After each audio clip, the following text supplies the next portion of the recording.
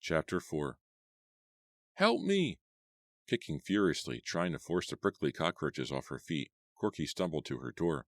Mom! Dad! Please! With each step she could feel the cockroaches crackle and squash beneath her bare feet. Nausea swept over her. Help me! Bending to brush the glistening insects off her legs, she burst out of her room, into the dark coolness of the narrow hallway. Mom! Dad! Hey, what's going on?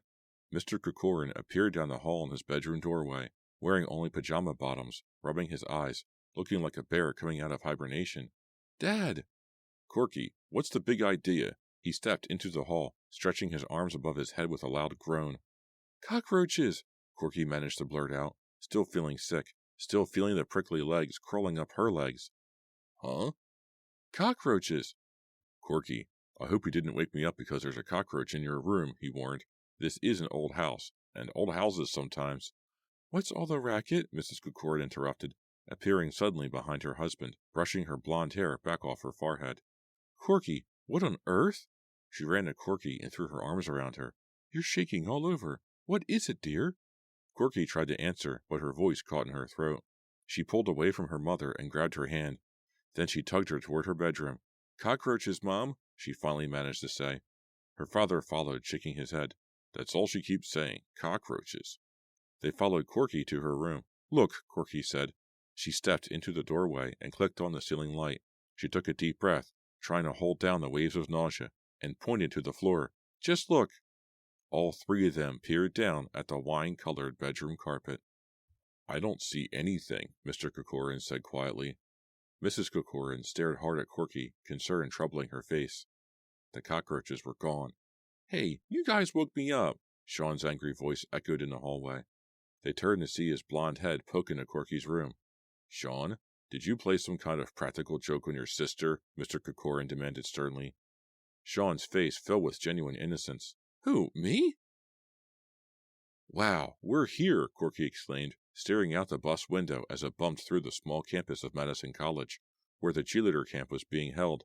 The ride from Shadyside had been nearly an hour, and the girls had laughed and joked and sung the whole way. It's perfect, Hannah declared excitedly. All the brick buildings covered with ivy, like a movie set. But where is everyone? Deborah asked, leaning over Corky to see out the window. Spring break, Kimmy told her from the front seat. You mean no guys, Ronnie cried. She looked so devastated everyone laughed. Simmons, the young blonde bus driver, pointed out the large domed gymnasium, then drove to a tall brick dormitory about a block from it. As the bus pulled to a stop, a young woman, a cheerleader camp employee, hurried out to greet the girls and give them their room numbers. A few minutes later, Corky, Kimmy, and Deborah found themselves in their assigned room. A large picture window overlooked the campus. The walls were lime green, the low ceiling bright yellow. 2 small desks were pushed back to back in the middle of the room. A third desk stood against one wall, between 2 low dressers. Over one of the dressers, someone had tacked up a poster of U2. I claim this bed, Deborah declared, tossing her backpack onto the narrow bed in front of the window. I have to have a window? Corky spotted the bunk bed on the opposite wall. Do you want the top or bottom? She asked Kimmy. Kimmy shrugged. Top, I guess. The campus is so much bigger than I thought, Deborah said, staring out the window at the green quadrangle, a grassy square surrounded by brick classroom buildings and other dorms. What a shame there's no one here. Just cheerleaders, Kimmy said. Dozens and dozens of cheerleaders. She opened her suitcase and began to unpack, unfolding tops and sweatsuits and balled-up socks, and jamming them into the top drawer of the low maple dresser beside the bunk bed. Corky laughed and pointed. You sure you brought enough socks? Kimmy's cheeks turned pink. She brushed a strand of hair off her forehead. My feet sweat a lot. She glanced up at Corky. Some of us don't like to wear the same socks for a month, she teased. She pulled a worn brown teddy bear from the suitcase and tossed it up on the top bunk. Oh, wow, Deborah exclaimed from across the room. Kimmy, don't tell me you still sleep with your teddy bear? Even my little brother gave up his teddy bear, Corky teased. But your bear is really cute. Kimmy's cheeks burned even redder. I don't need to sleep with it. I just take it places. It's sort of a good luck thing. I guess we can use some good luck, Deborah said wistfully. Her comment brought a chill to the room. Everyone became silent. Deborah, her arms crossed over her chest. continued to stare out the window, her suitcase still unopened. Corky knew they were all thinking about the evil spirit. Had it followed them to camp? Was it in the room with them now, hiding inside one of them? Without realizing it, Corky stared hard at Kimmy. Kimmy seemed so nervous. She'd been so tense on the bus that brought them from Shadyside that she hadn't joined in on the songs or any of the kidding around. Sitting next to Deborah in the back of the small bus, Corky had confided her dream. She told Deborah about Bobby pulling off the top of her head, about the cockroaches inside, and the cockroaches she thought she saw on her bedroom floor. She knew that Deborah wouldn't laugh at her. Ever since the evil spirit had been revealed the previous fall, Deborah had become obsessed with the occult, with ancient superstitions and spirits. She had begun wearing a crystal on a pendant around her neck, a crystal that she believed had special powers, and she read book after book on spiritualism, the occult, and the dark arts. "I've been studying dreams," Deborah had replied seriously, her icy blue eyes staring into Corky's. "What could that awful dream mean?" Corky demanded. "I mean, it was just so gross." "Bobby was trying to tell you something," Deborah replied in a low voice. "She was trying to show you something?" "Show me what? Cockroaches?" Corky asked. "Why would she want to show me cockroaches?" Deborah chewed thoughtfully on her lower lip. She shook her head. "I don't know, Corky. I don't get it." Corky wanted to forget the dream and enjoy the cheerleading camp, but the dream was hard to shake. It had followed her to the campus. Had the evil spirit followed her too? All three girls were shaken from their somber thoughts by a loud knock on their door. Deborah reached the door first and pulled it open. "Hannah, hi," she exclaimed. Wearing a green t-shirt over black leggings, Hannah marched past Deborah into the center of the room. She was lugging 2 large leather suitcases, one in each hand. She plopped them down inside. "Ugh." "What's going on?" Deborah demanded, closing the door and following Hannah back to the center of the room. Kimmy and Corky both stared at Hannah curiously. "Can I room with you guys?" Hannah asked, reaching back to adjust her long braid behind her shoulders. "Huh?" Corky cried in surprise. "There's no room for me with Ronnie and Heather," Hannah declared. "They both filled up the dressers before I could start to unpack. And look at all the stuff I brought." She gestured to the 2 bulging suitcases. "Your room is bigger," Hannah continued, gazing around. "There's nowhere for me to put my stuff in the other room." "But, Hannah," Kimmy started to object. "And get this," Hannah said, ignoring Kimmy. "Ronnie took the top bunk, even though I told her I can't sleep on the bottom. I mean, it just creeps me out to have someone sleeping above me, you know? But she was so stubborn, she refused to move down." "What about the other bed?" Kimmy suggested. "There's a 3rd bed, right?" "Yeah, sure," Hannah replied heatedly. "But Heather claimed it. She says she has to be by the window, or else she can't breathe." "I can understand that," Deborah said, glancing at the bed she had staked out by the window. "So can I room with you guys?" Hannah asked. "But there are only 3 beds," Corky protested. "Yeah, these rooms are designed for 3, Kimmy added, gesturing around. 3 desks, 3 dressers, 3 beds. Hannah sighed again and rolled her eyes unhappily, her face drooping into a pout. "Well, would one of you trade with me?" she asked reluctantly. "I'm all unpacked," Kimmy protested. She clicked her empty suitcase shut. "Come on," Hannah urged in a tiny voice. "Somebody trade places with me. You've got to. I'm just too claustrophobic in the other room. I'll freak. I'll totally freak. Really." She glanced from Deborah to Corky, then back to Deborah. "Well, okay," Deborah finally relented. "If it means that much to you, Hannah." "Yes, it does. Thanks, Deborah," Hannah cried. And to Deborah's surprise, Hannah rushed over, threw her arms around Deborah, and hugged her. "You're a real pal," she squealed. "No big deal," Deborah said, casting an uncomfortable glance at Corky. She started to collect her things. Hannah dragged her suitcases over to Deborah's bed by the window. "Hey, we're going to be late," Kimmy cried, glancing at her watch. "We're supposed to be in the gym at 2 o'clock. "See you down there?" Deborah called. The door slammed behind her. "Where's the gym?" Hannah asked, opening one of her suitcases and starting to unpack. "It's that big gray building with a dome. Remember? We passed it on our way here," Corky told her. "I'll never get unpacked in time," Hannah said. She turned to Kimmy. "Which dresser is mine?" Kimmy pointed. "You've got to hurry. We get points taken off for being late." "Even for practice? That isn't fair," Hannah protested. "Do we have to be in our uniforms?" "Not for practice," Kimmy said. "Only at night for the competitions." "We're going to win every night," Hannah declared. "I just know it." "That's the spirit," Corky said dryly. "Corky, would you do me a big favor?" Hannah asked, unfolding a pair of jeans from the suitcase, the 3rd pair she pulled out. Why did she bring so many jeans, Corky wondered. Why did she bring 2 suitcases for a 1-week stay? Sure. What? She asked Hannah. Would you run me a hot bath? The request caught Corky by surprise. What did you say? Would you run a hot tub for me? I feel so grimy after that long bus ride, but I've got to get this stuff unpacked, and I don't want to be late, please? Corky glanced at Kimmy. Kimmy made a face, crossing her eyes. Yeah, sure, Corky told Hannah. She started toward the bathroom in the corner. You're a pal, Hannah said, pulling 2 pairs of denim cutoffs from her suitcase. I don't believe her nerve, Corky thought angrily. She really thinks she's a princess or something. Corky pushed back the white plastic shower curtain, then bent down to turn on the water. First, Hannah complains that the other room is too small for her, Corky thought, getting even more annoyed. Then she orders me around like I'm a servant. It's really unbelievable. She put her hand under the faucet to gauge the water temperature, then turned the knob to make it a little warmer. Okay, it's going, she told Hannah, returning to the main room. Thanks, Hannah muttered distractedly. She was arranging her makeup and other cosmetics on a dresser top. We'd better hurry, Corky said to Kimmy. She walked to the mirror and pulled a hairbrush back through her straight blonde hair. You ready? In a sec, Kimmy replied. She disappeared into the bathroom, closing the door behind her. I guess we'll meet you in the gym, Corky told Hannah.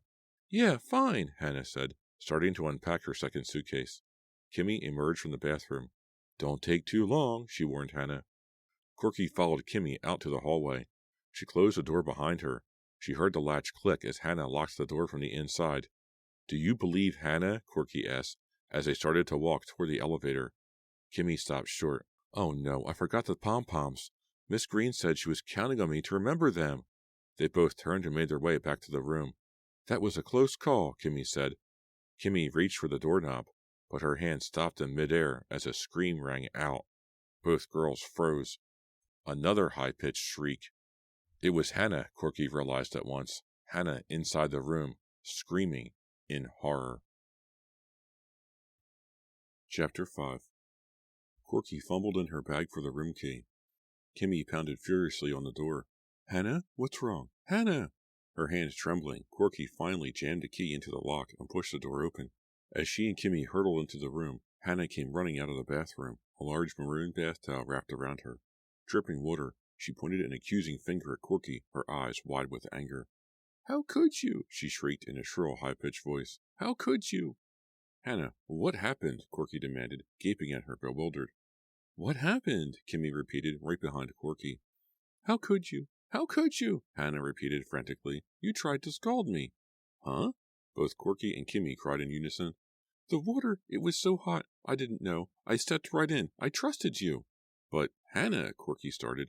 Look at my legs, Hannah screamed. Look! She lifted the towel to give the other 2 girls a better view. You tried to scald me, she repeated. Corky lowered her eyes to Hannah's legs, still dripping wet. Both legs were bright red from the feet nearly up to the knees. But that's impossible. I tested the water, Corky protested. Hannah glared furiously at Corky. That's just so mean. I don't, she sputtered. The water probably started coming in hotter after Corky left, Kimmy said, coming to Corky's defense. Really, I tested it. I did, Corky insisted, staring at the scarlet flesh of Hannah's legs. Hannah pulled the towel around herself more tightly. She didn't reply.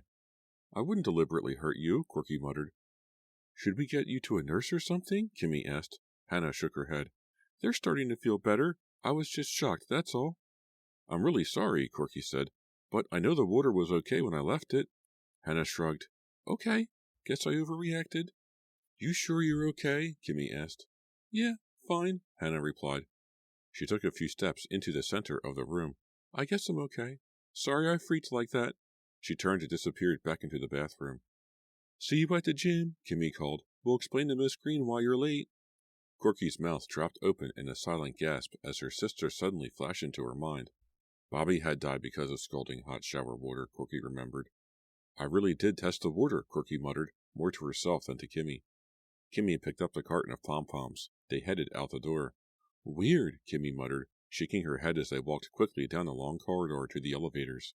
Weird. It sure is, Corky thought. And then she remembered that Kimmy had gone into the bathroom while the water was still running. That's right, Corky told herself.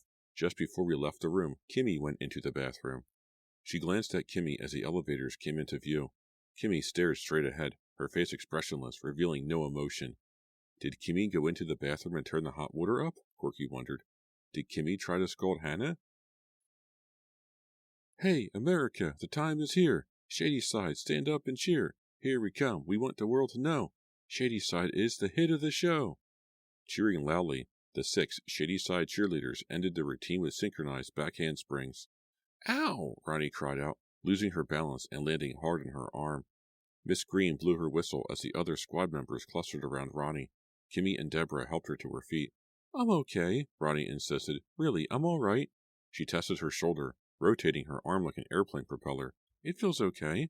Then let's try the routine again, Miss Green said brusquely. She glanced at the sidelines where one of the camp officials was scribbling notes rapidly on her clipboard.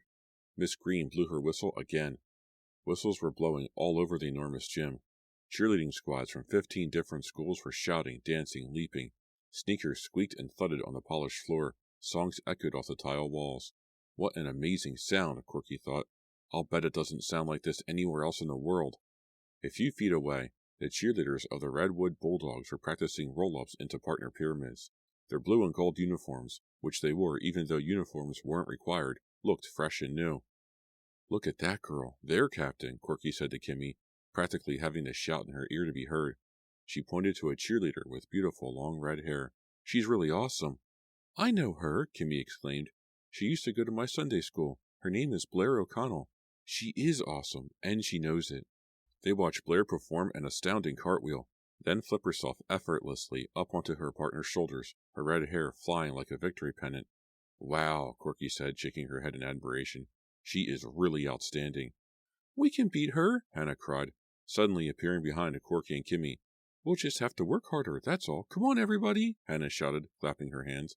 Let's show the Bulldogs are not so hot. Hannah acts as if she's the captain, Corky thought scornfully, but she found herself caught up by Hannah's enthusiasm anyway. Clearing her mind of all unpleasant thoughts, Corky threw herself wholeheartedly into the routine. Hey, America, the time is here. Shadyside, stand up and cheer. As the Shadyside squad practiced its cheer, Corky saw Blair O'Connell watching, her arms crossed over her chest, a sour look on her face.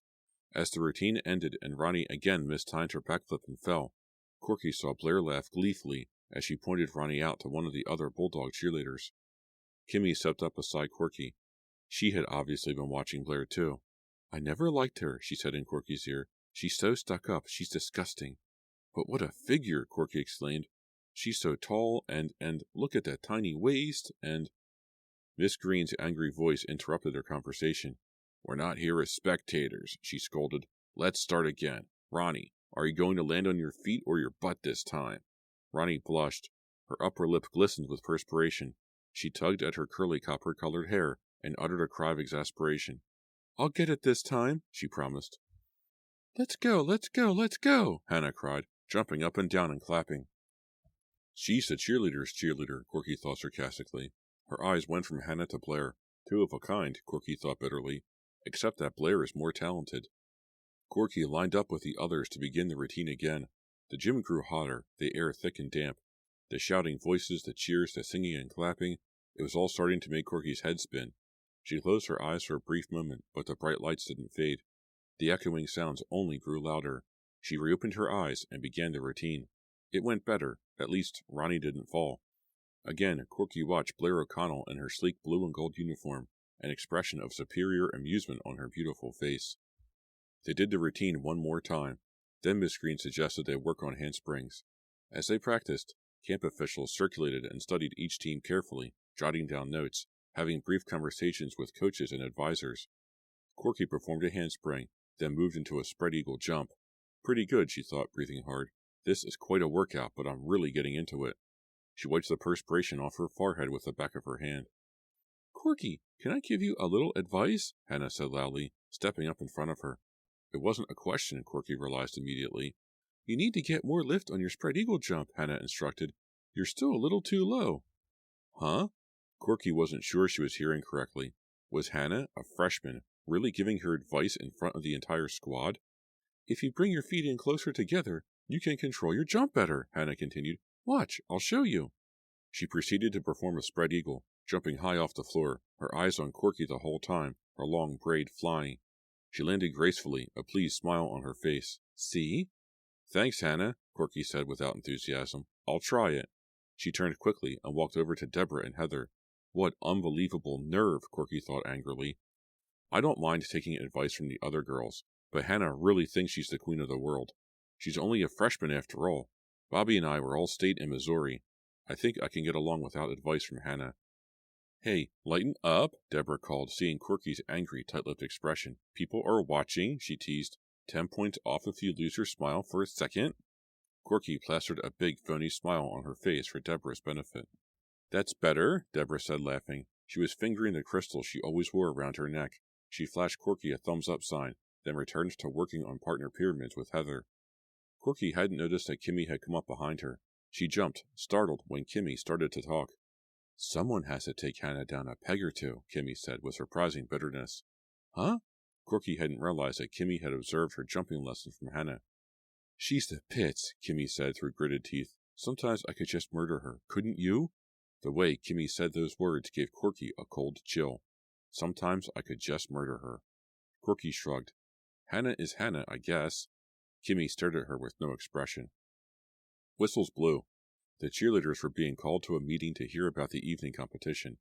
There would be minor competitions each evening. On the fourth and final night, a major competition would be held. Each squad would perform its most complicated routine, and awards would be presented to the winners. After the meeting, Corky walked alone back across the quadrangle to the dorm. Her legs ached. She was hot and sweaty. What a workout, she thought.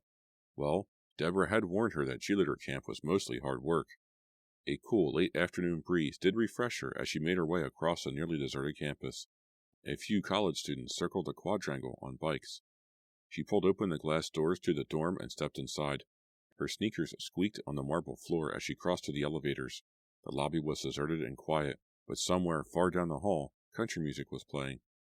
Thinking about taking a long, cool shower, Corky stepped onto the elevator and rode up to the 6th floor. She stepped out and began walking along the dark carpet to her room. To her surprise, her sneakers stuck to the carpet. What's happening? She cried out loud, looking down. The carpet appeared to be moving, undulating like waves. Hey! Corky cried out. She blinked, once, twice, waited for her eyes to adjust to the dark hallway, to stop playing tricks on her. She tried to walk, but the floor was sticky and wet. The carpet still moved in waves, thick and black, rolling over her sneakers. No! Corky screamed. Can anyone hear me? She thought. Is anyone up here? The entire carpet had become a dark, thick sea, rolling and tossing, swaying back and forth. I can't walk, Corky screamed. Is anyone here? Can anyone help me? Like bubbling tar, the thick liquid rose up and over her sneakers, over her ankles. It's pulling me down, Corky realized. I can't move. It's so sticky. It's pulling me down. Help! Chapter 6. It's so sticky, Corky cried again. I can't move. She looked up to see Deborah staring down at her, her naturally calm features twisted in alarm. Corky, what is it? What are you doing down there? Deborah dropped to the floor and wrapped an arm around Corky's trembling shoulders. It's so sticky, Corky repeated, still dazed.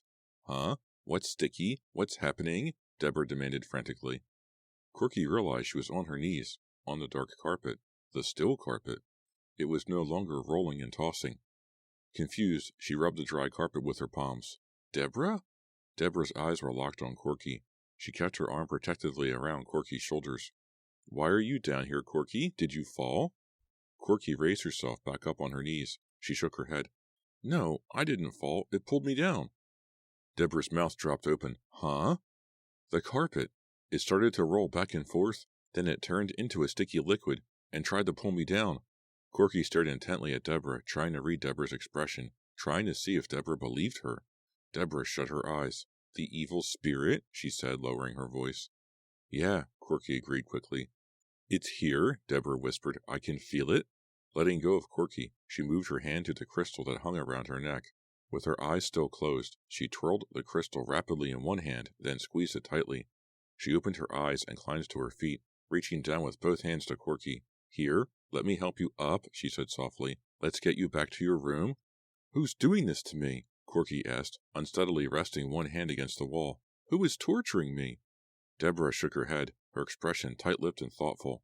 I don't know, Corky, she replied, guiding Corky to her room. I really don't know.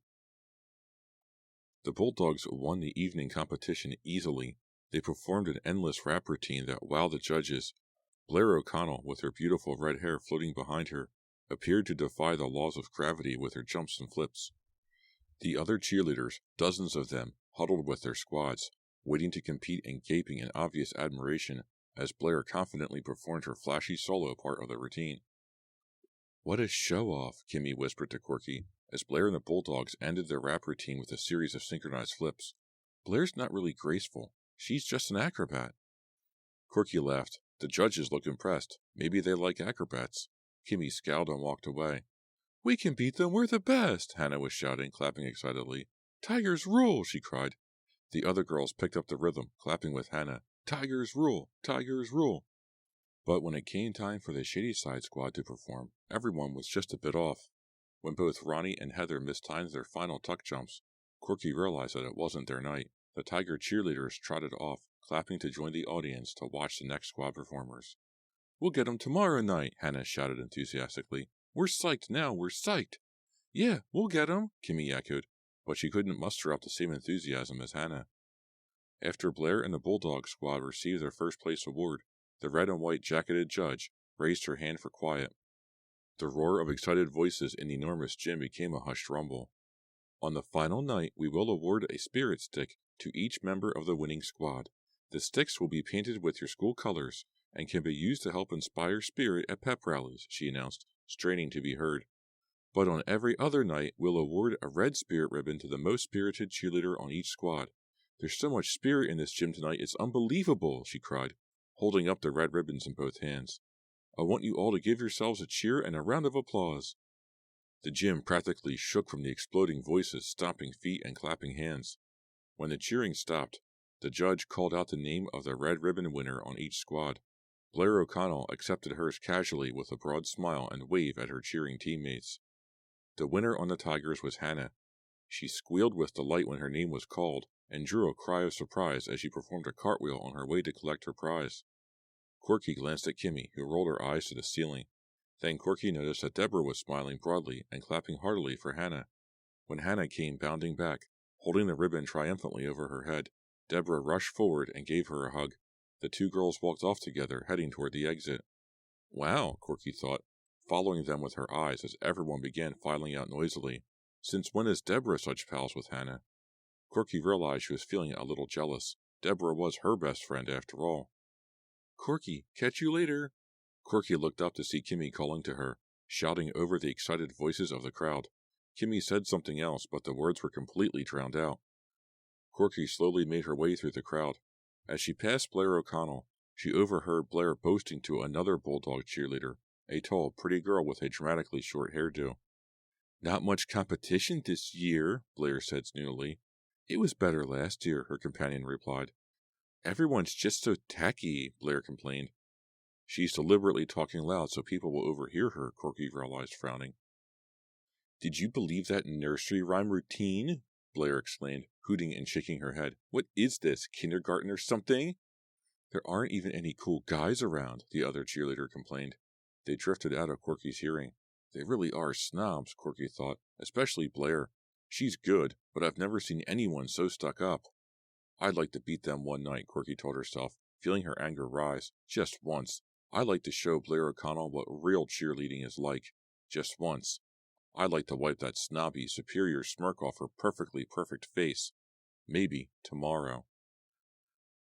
Later that night, tossing in her unfamiliar dorm room bed, Corky again dreamed about Bobby. Bobby floated in through the window, her long, nearly transparent nightgown fluttering around her, her blonde hair flying out around her face, circling her head in light. "Bobby!" Corky exclaimed in the dream.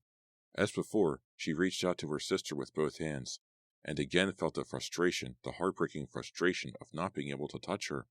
"Bobby, why are you here?" Her dead sister hovered above Corky's bed, gazing down at her mournfully. "Please, Bobby, can't you tell me? Can't you tell me why you're here?" Again Bobby spoke, and again no sound came out of her mouth. "Bobby, you look so sad, so troubled. Tell me what's bringing you here," Corky pleaded. Bobby descended until she was just inches above the bed, staring down at Corky with mournful eyes. And then, as in the previous dream, she grabbed her hair with both hands and tugged hard. Her scalp pulled off, taking with it the top of her skull. Holding her scalp to one side, she leaned down so that Corky could see inside her head. No! Corky didn't want to look. Bobby, please, don't make me. She shut her eyes tightly, but couldn't keep them shut. Corky couldn't help herself. She had to see what was inside. Peering into Bobby's open skull, she saw snakes, brown snakes, slithering over one another, hissing and rattling, snapping their venomous jaws. Snakes rose up, lifting their slender triangular heads out over Bobby's skull. Snakes poured down Bobby's ears, slid down the back of her neck. Hissing louder and louder, the snake stared down menacingly at Corky with her flat black eyes. Corky snapped awake in the heavy gray light of morning. She bolted upright in bed, her heart pounding like a drum. She heard hideous screams. It's me. I'm screaming. Because of my dream, she thought. I'm screaming, and I can't stop. Blinking hard to gaze through the dim light at the unfamiliar room, it took Corky several seconds to realize that she wasn't the one screaming. The horrifying cries were coming from Hannah.